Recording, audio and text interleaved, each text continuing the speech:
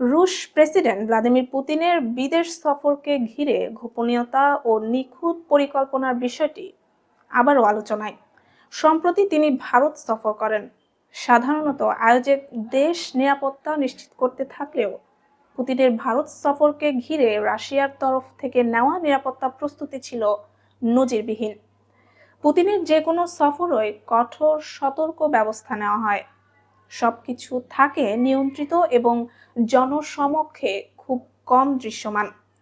বলা যায় এক বিশাল নিরাপত্তা জালের মধ্য দিয়ে সবকিছু পরিচালিত হয়।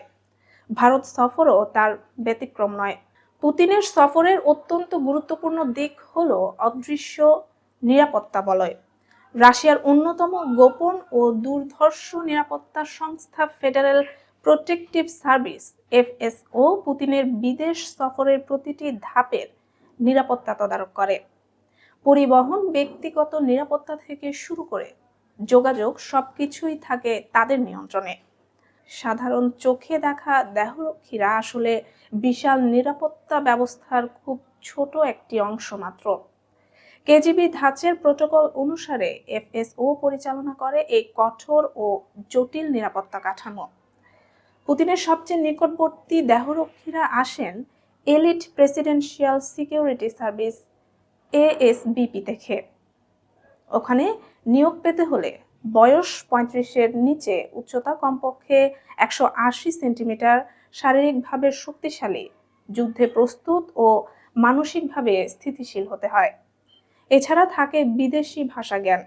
পারিবারিকভাবে যাচাই বাছাই করা হয়, সেই সঙ্গে বাধ্যতামূলক সততা পরীক্ষাও খুবই গুরুত্বপূর্ণ।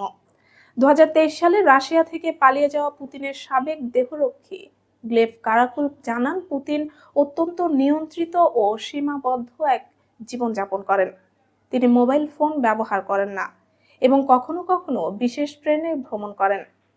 তার নিরাপত্তা বলয়ে থাকে sniper, drone operator, electronic intelligence বিশেষজ্ঞ ও যোগাযোগ ইউনিট।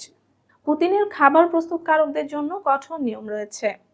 গ্লাভস পরা, দিনে একাধিকবার পোশাক পরিবর্তন, রান্নার উপকরণ পরীক্ষা, এমনকি হাতের ছোটখাটো কাটাছেঁড়া আছে কিনা তাও পরীক্ষা করা হয়।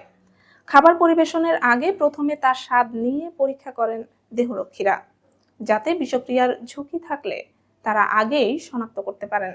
পুতিনের জীবনযাত্রা নিয়ে নির্মিত তথ্যচিত্র আওয়ার সার্ভিসে তার এক পাচক জানান, প্রেসিডেন্ট যেখানে থাকেন আমরাও সেখানে থাকি।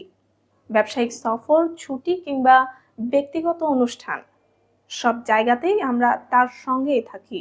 তিনি ফাস্ট ফুড এড়িয়ে চলেন এবং রাতে কম মাংস খান।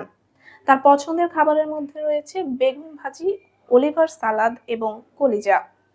সরকারি অনুষ্ঠানে তিনি সাধারণত আদা চা পান করেন এবং খুব কমই অ্যালকোহল গ্রহণ করেন।